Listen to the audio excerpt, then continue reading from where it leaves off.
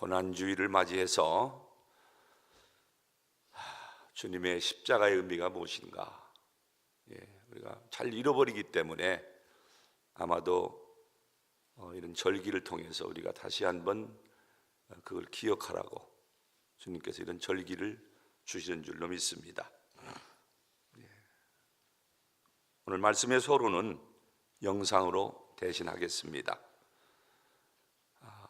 대신 오늘 저는 간략하게 주님의 십자가의 그 죽으심의 의미가 무엇인가, 우리가 고난주간이 되면은 한 주간 동안 우리가 주님의 십자가를 바라보며 십자가를 우리가 함께 동참하고 고난에 동참하는 그런 우리가 마음으로 한 주간을 보냅니다. 근데 과연 그것이 어떻게 하는 것이 우리가 십자가의 의미를 깨닫고 동참하는 것인가, 때로는 금식도 하기도 하고 여러 가지 모양으로 우리가 고난주간을 보냅니다. 그러나 저는 무엇보다도 중요한 것은 주님의 죽으심의 의미가 무엇인지를 우리가 바로 깨닫고 우리가 그것을 깨닫는 것으로 그치지 않고 또 그 의미를 우리 삶 속에 적용해 나가는 것, 그것이 진정한 고난 의미가 아닌가 생각을 하게 됩니다. 그가 찔림은 우리의 허물을 인하며 그가 상함은 우리의 죄악을 인함이라. 그가 징계를 받음으로 우리가 평안을 누리고 그가 채찍에 맞음으로 우리가 나음을 입었도다. 우리가 늘 고난주 구간이 되면은 기억하는 귀한 말씀입니다. 저는 이 말씀을 늘 묵상할 때마다 우리라는 말 대신 제 이름을 넣어 봅니다. 한번 우리 함께 해보실까요? 자기 이름을 넣으셔서 한번 이 말씀을 한번 해보시겠습니다.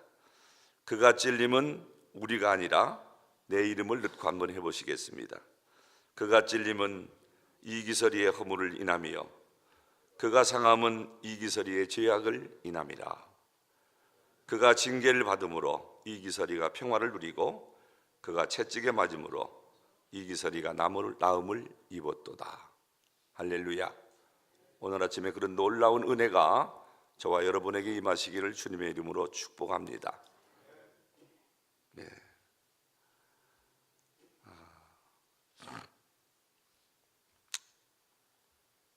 예수님의 죽으심의 의미가 과연 무엇인가? 저는 네 가지로 상고해 보기를 원합니다. 첫째로 예수님의 죽음은 대속의 죽음입니다. Substitutionary death. 그래서 주님이 우리를 대신 죽으셨다는 것입니다. 마가복음 10장 45절에서 예수님이 친히 이렇게 말씀하셨습니다. 인자가 온 것은 섬김을 받으려 하는 것이 아니요 도리어 섬기려 하고 자기 목숨을 많은 사람의 대속물로 주려 함이니라. 이렇게 말씀하셨습니다. 주님이 그 목적으로 이 땅에 오셨습니다. 하나님이 우리를 사랑하셔서 독생자 예수 그리스도를 이 땅에 보내주시고 그가 십자가의 죽으심으로 말미암아 우리의 모든 죄를 대속하고 우리를 하나님의 자녀로 삼으시기 위해서 그가 이 땅에 대속제물로 오셨습니다. 이것을 우리에게 깨닫게 하기 위해서 구약 전체의 모든 제사들을 통해서 우리에게 가르쳐주고 있습니다. 제일 먼저 그것을 우리에게 가르쳐준 것이 창세기 3장 21절에 나온 가죽옷의 사건입니다. 하나님의 형상대로 지은 아담이 하나님의 말씀을 떠나 죄악을 범했을 때에 하나님은 그를 사랑하셔서 양을 잡아서 피를 흘리고 가죽옷을 해 입히셨습니다. 그것만이 오직 유일하게 우리의 죄악을 사해 줄 수 있는 하나님의 방법이기 때문인 것입니다. 그래서 창세 전에 하나님은 그것을 예비하셨다고 성경은 가르쳐주고 있습니다. 그런가 하면 창세기 22장 8절에 가보면은 하나님께서 100세에 얻은 아들을 번제 제물로 바치라고 아브라함에게 말씀하십니다. 아브라함은 이삭을 데리고 3일 길을 가서 제단 위에 그를 올려놓고 칼을 내려치려고 할 때에 하나님께서 아브라함아 되었다. 그리고 숲을 속에 있는 양을 지적하시면서 내 아들 대신 저 양을 잡아서 제사를 지내라. 그래서 그 양을 잡아 제사를 지냅니다. 그런가 하면 출애굽기 12장 1절로 14절에 보면은 우리가 잘 아는 유월절 사건이 기록되어 있습니다. 이스라엘 백성들을 애굽에서 구원하실 때에 하나님께서 죽음의 징계를 애굽의 땅에 내릴 때에 이스라엘 백성들에게 어린 양을 잡아서 그 피를 문설주에 바르고 양 고기를 먹이라 하고 명령하셨습니다. 그래서 이스라엘 백성들은 하나님 말씀을 순종해서 양을 잡아서 문설주에 피를 바르고 고기를 먹고 애굽 땅에서 나오게 됩니다. 어린 양의 피가 무엇인가를 가르쳐 주시는 것입니다. 그런가 하면은 레위기 1장으로부터 5장에 가보면은 하나님께서 출애굽한 이스라엘 백성들에게 여러 가지 제사법을 주십니다. 그 제사법은 모두가 속죄에 관한 것입니다. 대속에 관한 것입니다. 그래서 구약 시대에는 생명이 피에 있다 말씀하시면서 그 죄값으로 동물을 대신 잡아서 제사를 지내도록 명령하셨습니다. 그래서 구약 시대에는 죄를 지면은 동물을 가지고 제단에 와서 잡아서 그 피를 흘리고 그리고 제사를 지내므로 죄를 사함받는 대속적 제사법을 허락하셨습니다. 그러나 그 모든 것들은 모두가 다 예표했던 것입니다. 구약에 나오는 모든 제물의 피는 장차 오셔서 우리를 위해서 속죄의 피를 흘리실 어린 양 예수 그리스도의 보혈을 모형적으로 보여준 것이었습니다. 때가 참에 하나님께서 아들 예수를 이 땅에 보내주시고 그가 우리의 모든 세상 죄를 짊어지시고 십자가의 죽으심으로 인류의 죄악을 대속하셨습니다. 그 은혜 때문에 우리도 하나님의 법에 율법에 의해서 죽어 마땅한 죄인들이지만은 하나님 우리를 사랑하셔서 대신 아들 예수를 십자가에 죽이시고 우리를 구원하신 것입니다. 참으로 놀라운 은혜를 우리가 받았습니다. 근데 우리는 종종 그걸 잃어버립니다. 예수님께서 그렇게 말씀하셨습니다. 누구든지 나를 따르려거든 자기를 부인하고 자기 십자가를 지고 나를 따르라. 그렇게 말씀하셨습니다. 자기를 부인하고 예수 믿지 않는 사람들은 자기를 부인할 수가 없습니다. 자기중심적으로 살기 때문입니다.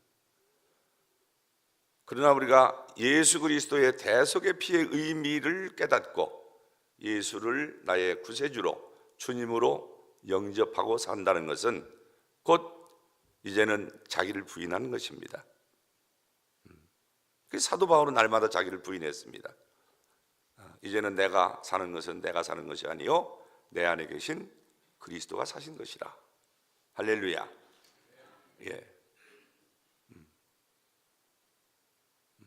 그리고 우리는 항상 이제 예수 그리스도를 그 주님이라고 부릅니다.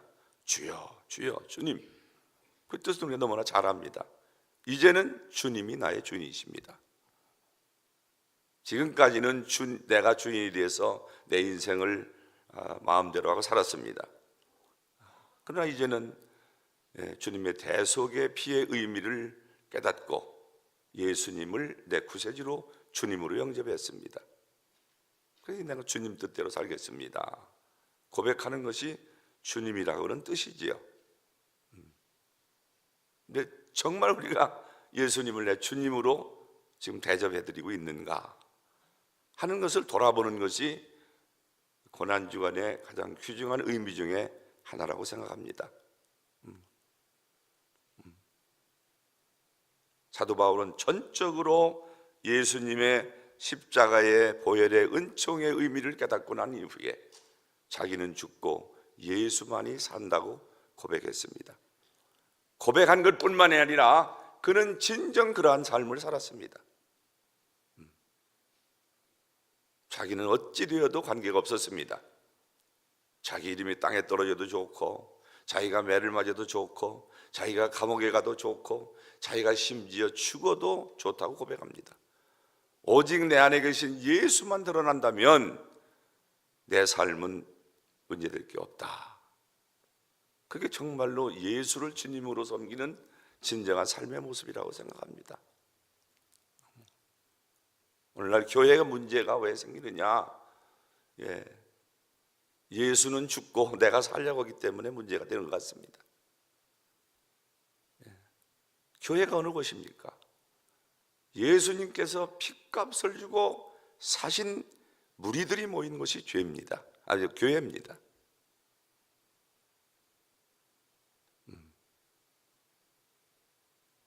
그런데 어쩌다 보니까 그 우리를 사셔서 이 교회를 세우신 주인 되신 예수님은 안 계시고 우리들만이 살아서 우리들 마음대로 교회를 우지자지합니다.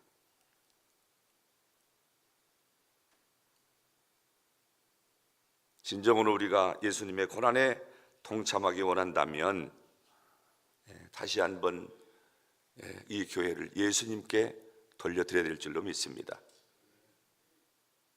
또 내 삶 속에서도 진정으로 내 삶을 주님께 돌려드려야 된다는 것입니다. 예수님이 분명히 말씀하셨습니다. 내가 온 것은 섬김을 받으려 온 것이 아니라 많은 사람을 섬기려 왔다. 어떻게 섬기느냐? 내가 죽음으로 섬기려 왔다. 그래서 사도 바울은 이제 우리가 세상 사람들 같이 살지 말고 이제는 매일매일 우리의 삶을 산 제물로 주님 앞에 드리라고 했습니다. 매일 죽는 것입니다. 예수님이 나를 위해서 죽은 것 같이 나도 이제 주님 위해서 죽어야 되는 것입니다. 그것이 그리스도인의 삶입니다. 예수님 말씀에 살려고 하는 자는 죽을 것이요 죽으려고 하는 자는 살 것이다. 할렐루야. 우리는 날마다 예수 안에서 죽어야 될 줄로 믿습니다. 아멘. 내가 살으면 예수가 나타나지 않습니다. 내 이름은 중요하지 않습니다. 하나도 중요하지 않습니다. 예수 믿기 전에는 내 이름이 중요했습니다. 세상 사람들 보세요. 무슨 일이 있어서 헌금을 모금을 한다 그러면 100불 내고 500불 내고 신문에 이름 대문짝까지 납니다. 자기 이름이 중요합니다. 그러나 우리는 1년에 몇만 불씩을 주님 앞에 바치고도 이름 내기 원치 않습니다. 왜? 은혜 때문입니다. 할렐루야. 날마다 죽어야 됩니다. 죽어야 내가 사는 길입니다. 할렐루야. 내가 사는 것보다는 내 안에 계신 예수가 사는 것이 100번, 1000번, 10,000번 좋습니다. 아멘. 그 안에 생명이 있기 때문입니다.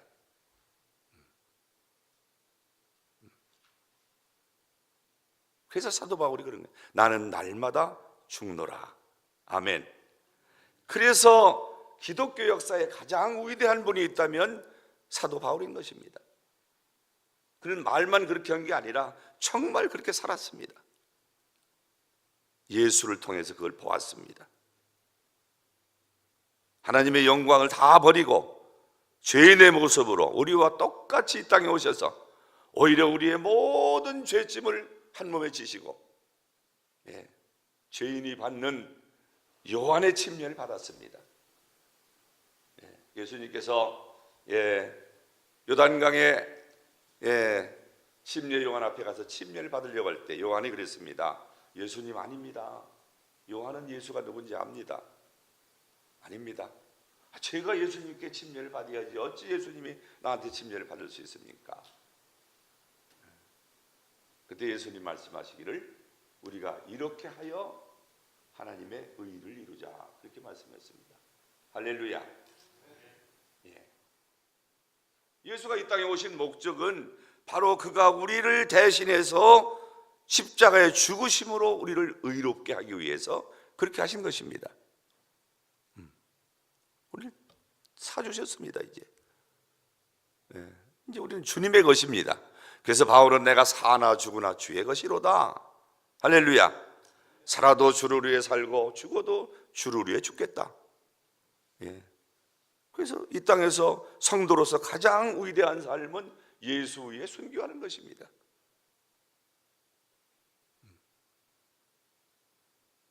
우리 모두가 정말 말씀대로 바울같이 살 수만 있다면은 우리는 짧은 인생 위대한 삶을 살 수 있습니다. 아멘. 우리 모두 그렇게 할 수 있어요. 바울도 우리와 똑같은 사람이었습니다. 우리가 한 가지만 할 수 있다면 예수님의 대속의 은총을 잃어버리지 않는 것입니다. 그리고 내 안에 계신 나를 구원하시고 나를 핏값으로 사주신 예수님을 높여드리는 것입니다.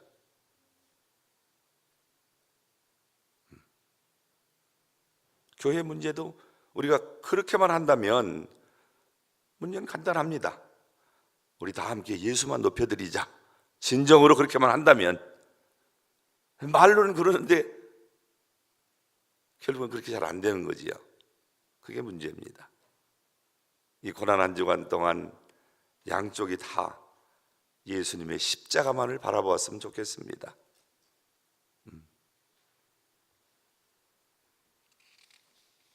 두 번째로 예수님의 죽으심의 의미는 구속의 죽음이십니다.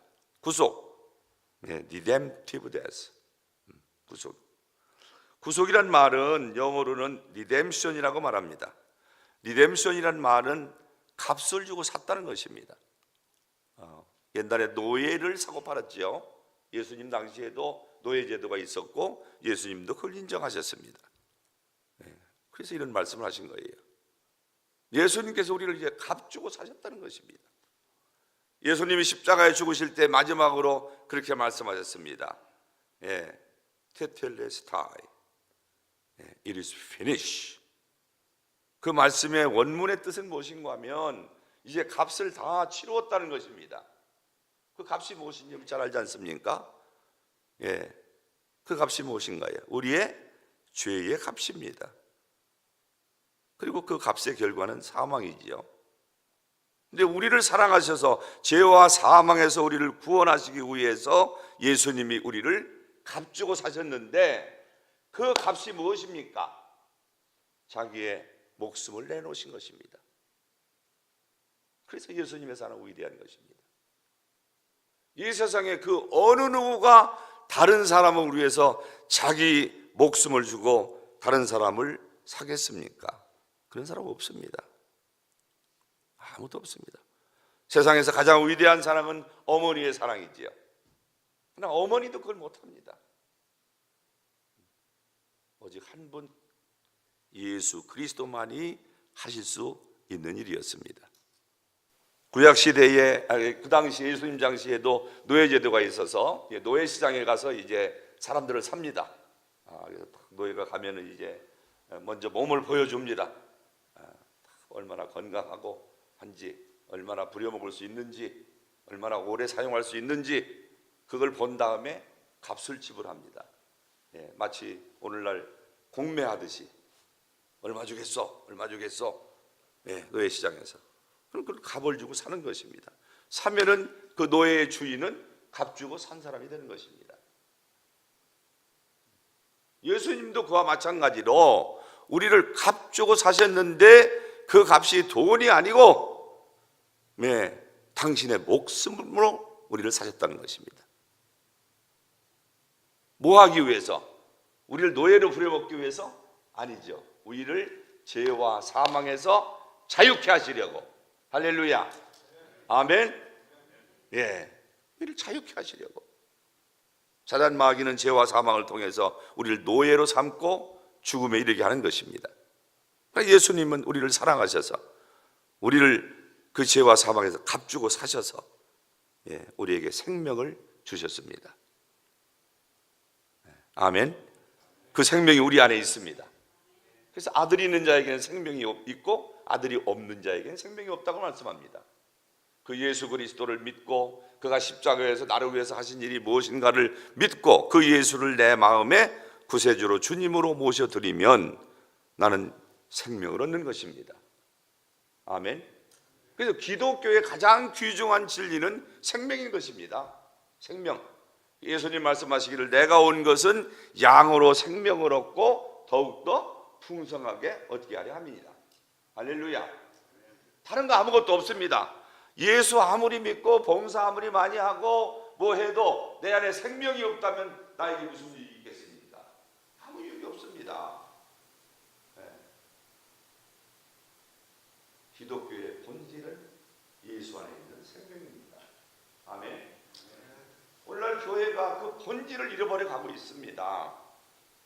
예, 뭐 구원, 무슨 생명, 무슨 천국, 지옥 이런 얘기하면은 그거 구닥다리로 생각하고 지금은 그저 뭐 오늘 시대에 맞는 말씀 뭐 이런 것만 뭐 다 좋아합니다. 뭐 옛날에도 그랬지만 그게 아닙니다. 기독교의 본질은 생명입니다. 아멘. 생명, 생명. 내 안에 생명이 없다면 다 헛것입니다. 예수가 뭐라고 했어요? 바울이 뭐라고 했어요? 예. 만일 우리에게 부활이 없다면 우리의 믿음이 헛것이다. 부활 생명이 없다면 죄와 사망으로부터 구원받고 예수님이 주시는 영원한 생명이 내게 없다면 우리 믿음 헛것이다. 생명 가지고 싸울 생각을 하지 아니하고 내 이름, 내 영광, 내 위치 그거로 해서 싸우려고 한다. 예수가 그것으로 위해서 나에게 생명 주기 위해서 죽으셨는데 생명 얻을 생각을 않고 더 풍성히 얻을 생각을 하지 않고 그러고 무슨 뭐 자기 이름, 자기 뭐 위해서 뭐 본질을 잃어버리기 때문입니다. 본질을 잃어버렸어요. 오늘날 뭐 우리 올바른 신뢰교회뿐만 아니라 지금 세대가 그렇게 돼가고 있습니다. 사실은 예, 이게 문제입니다. 지금 우리 모두에게 문제입니다. 예. 우리 육체의 생명은 금방 지나가고 맙니다.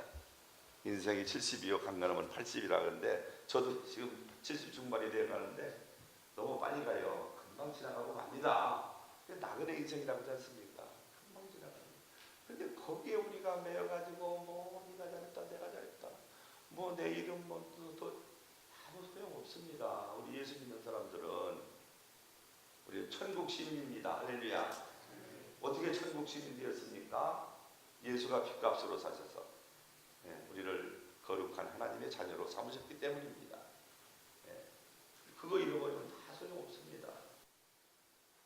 저는 우리 모교회 얼바인 침례교회가 이번 고난주간을 기점으로 해서 새로운 영성이 시작되기를 축복합니다. 예수만 높이는 영성. 나 위해 죽으시고 나를 십자가에서 구원하신 예수, 그 이름만 높여드리는 교회. 골로새서 1장 14절에서 이런 말씀이 있습니다. 그 아들 안에서 우리가 구속과 제사함을 얻었도다. 아들 안에서, 예수 안에서. 오늘 종교다원주의 시대라고 그럽니다. 그래서 지금 이제 모든 종교에 그리스도가 있다고 그럽니다. 모든 종교에 구원이 있다고 합니다. 종교 통합 운동이 거세게 일어나고 있습니다. 지금 무시할 수 없는 현실적인 그런 상황으로 지금 그게 전개되고 있습니다.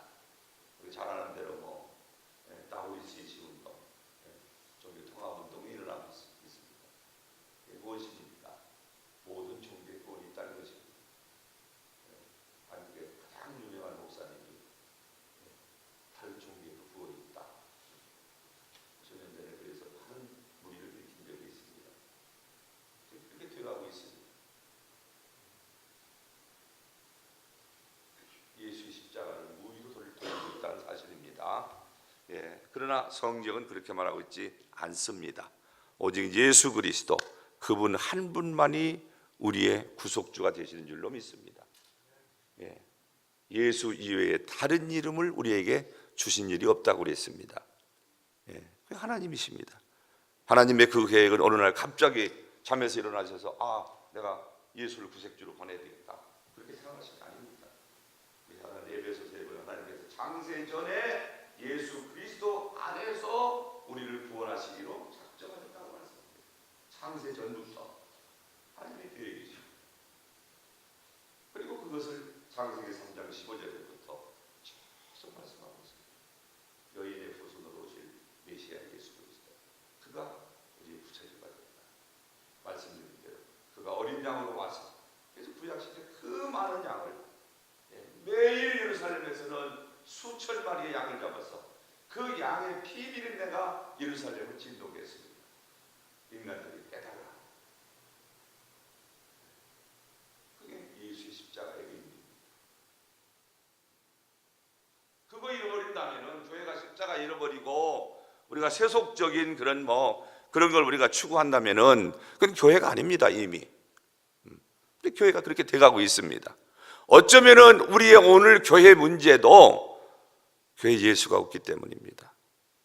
말로는 그렇지만은 우리가 정말 예수님을 예수님으로 대접하지 않고 있다는 것입니다. 내 이름보다, 예수의 이름보다 내 이름이 더 귀합니다. 지금 예수가 모욕당하고, 예수가 고통하시고 다시 십자가에 못 박는 일은 아무렇지도 않습니다. 지금 자기가 조금 당하는 것은 견디지 못한다 이 말입니다. 누구를 위한 의로운 분개입니까? 오직 의로우신 분은 예수님 한 분이십니다. 그분만이 의로우십니다. 세 번째로 예수 그리스도의 죽음의 의미는 만족의 죽음입니다.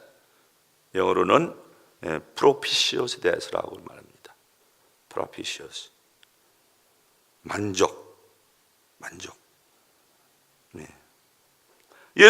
하나님은 공의로우십니다. 공의로우십니다. 하나님은 죄와 함께 하실 수 없는 분이고 죄는 용납하실 수가 없습니다. 하나님의 속성입니다.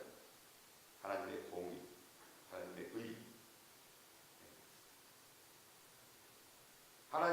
하나님의 공의를 저해받을 때에 하나님은 절대로 용납하지 않으십니다. 구약에 보여주는 내용이 율법입니다. 하나님께서 아담에게 네가 이 선악과를 따먹으면 정령 죽으리라. 공의의 법입니다. 법 어겼을 때 아담은 말씀대로 죽었습니다. 그의 후손인 다 우리들도 마찬가지입니다.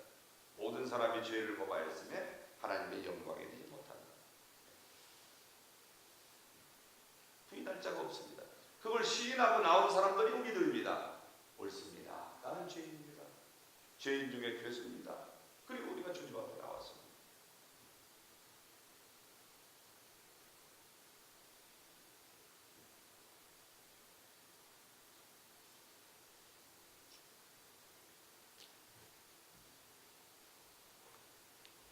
예수님이 이 땅에 오셔서 말씀하시기를 내가 온 것은 율법을 폐하려 온 것이 아니라 율법을 완성하려 합니다. 말씀하셨습니다. 율법은 공의입니다. 하나님의 공의가 무엇인가를 우리에게 보여주는 것입니다. 율법은 죄를 용납하지 않는다는 것입니다. 우리 인간은 다 연약해서 죄를 짓고 말았습니다. 우리는 다 양 같아서 각기 제 갈 길을 왔습니다.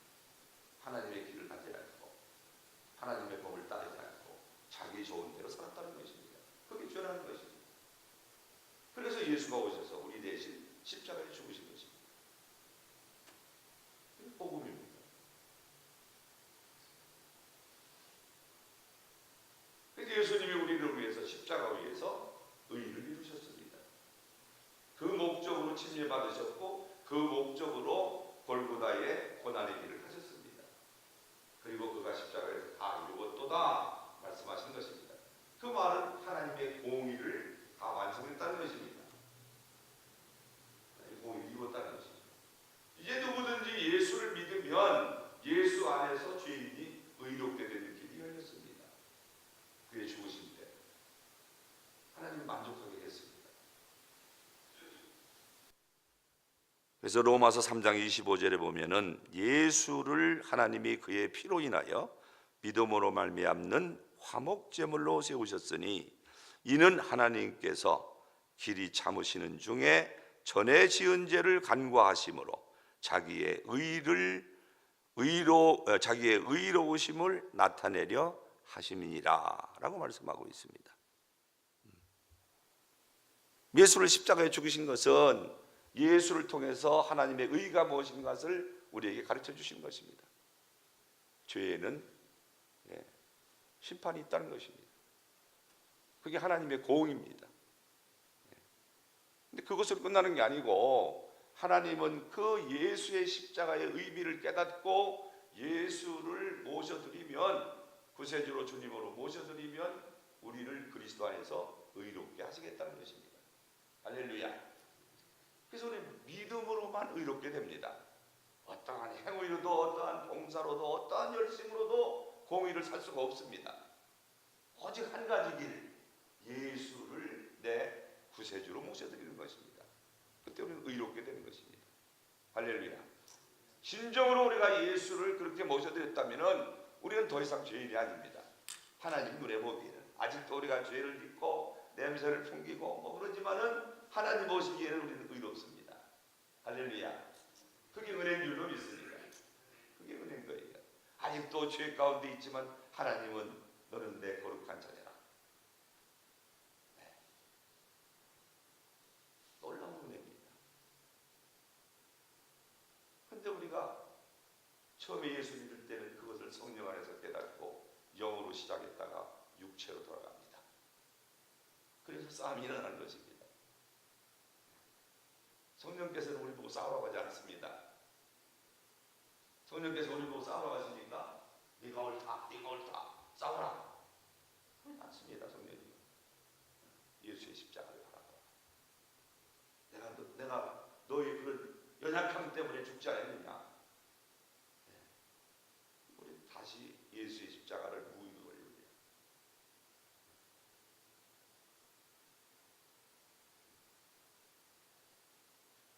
교회의 능력은, 믿음의 능력은 오직 예수 그리스도의 십자가에 있는 줄로 믿습니다. 우리 능력은 십자가에 있어요. 십자가를 믿고 우리가 진정으로 그 십자가의 의미를 내 삶 속에 받아들이고 그 십자가 앞에 내가 완전히 들어갈 때에 우리 삶의 능력이 나타나는 줄로 믿습니다. 아멘. 믿습니다 한다고 능력이 나타나는 게 아닙니다. 죽기까지 순종할 때 하나님이 예수를 높이고 하나님 우편에 앉으시고 하늘과 땅과 땅 안에 있는 모든 권세를 예수에게 주셨습니다. 아멘. 그 우리 삶 속에 그대로 적용이 됩니다. 우리가 내일마다 나는 죽고 예수를 높이는 삶을 산다면은 하나님이 우리를 세상에 높여줄 것입니다. 아멘. 예수님께서 너가 높아지기 원하느냐? 그럼 죽어라. 섬기는 자가 되어라. 낮은 자가 되어라. 하나님이 높여주시겠다는 것입니다.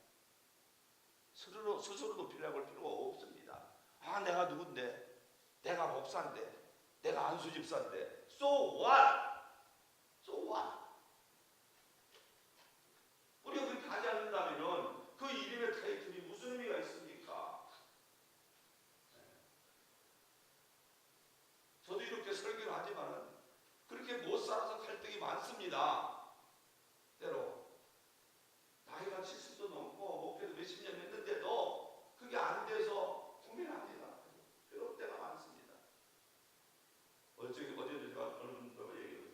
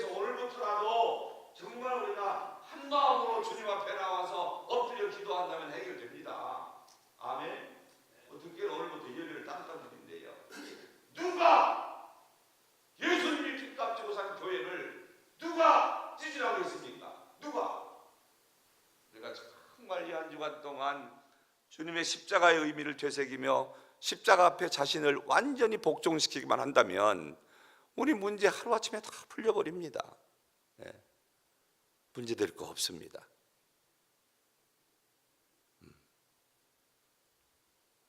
마지막으로 네 번째, 예수 그리스도의 죽음의 의미는 화해의 죽음입니다. 예수님께서 아무리 우리의 죄값을 치르셨다고 할지라도 원수되었던 우리와 하나님과의 관계에 화해가 이루어지지 않는다면 무슨 소용이 있겠습니까? 예수님이 죽으신 목적은 원수되었던 우리와 하나님을 화목케 하기 위해서 죽으셨습니다. 할렐루야. 그래서 이제 우리는 예수 믿기만 하면 그리스도 안에서 하나님과 화목됩니다. 그래서 하나님을 아버지라 부르고 하나님 존전에 담대히 나와 예배드릴 수가 있는 것입니다. 구약시대 죄인은 제사장이 돼도 자기 죄를 죄값을 치르지 않고는 들어가지 못합니다. 그러니까 주님 앞에 나와 예배드릴 수 있는 것은 주님이 그 죄값을 다 치르셨기 때문에 담대히 그리스도 안에서 의로운 자로 나와서 예배를 드리는 것입니다. 화목하셨습니다. 화목.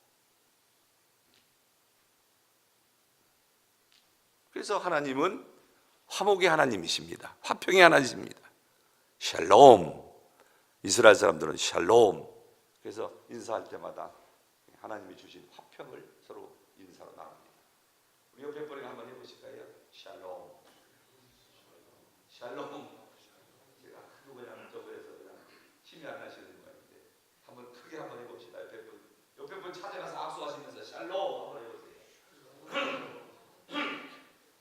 아니 좀 일어나서 찾아가서 또 악수하고 샬롬 한번 해보세요. 샬롬.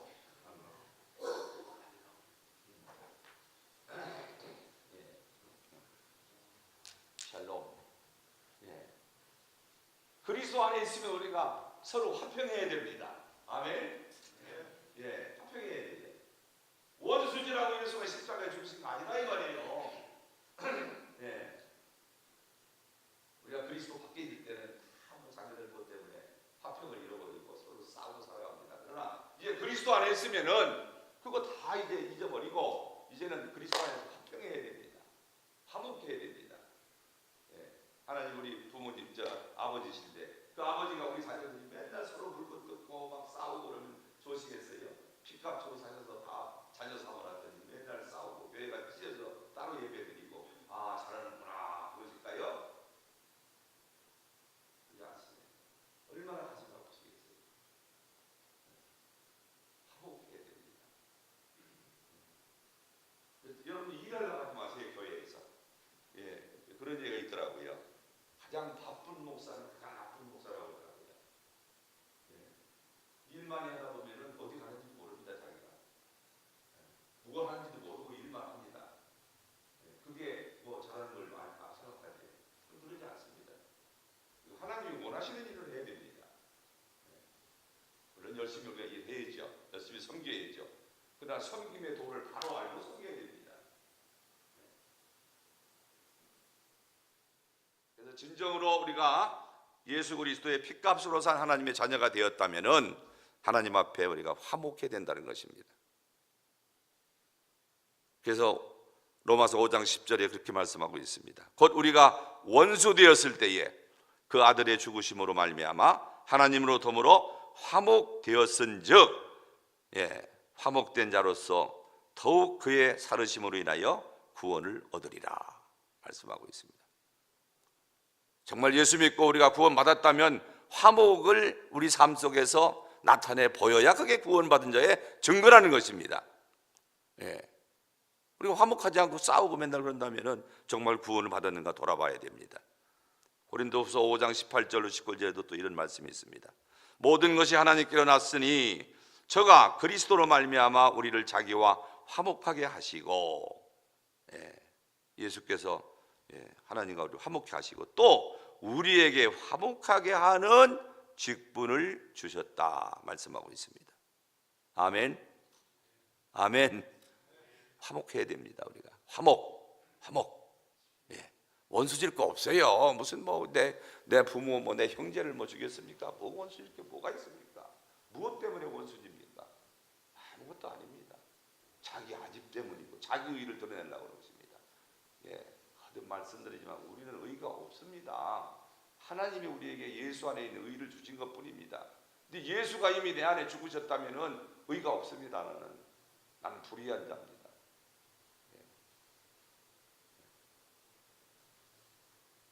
예수의 의만을 자랑해야 될 줄로 믿습니다. 그때 우리 삶 속에 진정한 화해가 이루어진다는 것입니다. 화목자가 되어라. 화목자가. 우리끼리도 화목하지 못하는데 진정으로 교회 밖에 있는 불신자들, 하나님과 원수로 살아가는 자들 어떻게 우리가 중보자로서 화목제물이 되겠습니까? 할 수가 없습니다. 그 일을. 우리끼리 싸우면 전도길 다 막혀버리는 것입니다. 다 막혀버려요. 그 책망을 나중에 어떻게 하나님 앞에 우리가 듣겠습니까? 그거를. 심각한 문제입니다. 저도 와서 좋은 말씀 드릴 수가 있어요. 그냥 다 듣기 좋은 말씀. 할렐루야, 아멘. 축복합니다. 그런데 그것이 우리에게 무슨 유익이 되겠습니까? 지금 이 시점에서 우리를 돌아보지 않고 우리의 진정한 문제를 직시하지 않고 그게 문제가 해결되지 않는다면 소용없습니다. 그러나 우리에게 달렸습니다. 아멘. 아무것도 아닙니다. 이 문제가 크게 보이지만은 우리가 예수의 십자가 안으로 들어가기만 한다면 이 문제는 문제가 아닙니다. 아멘. 아멘. 문제가 아니에요. 예수님은 즉시 한순간에 문제를 해결해 주십니다.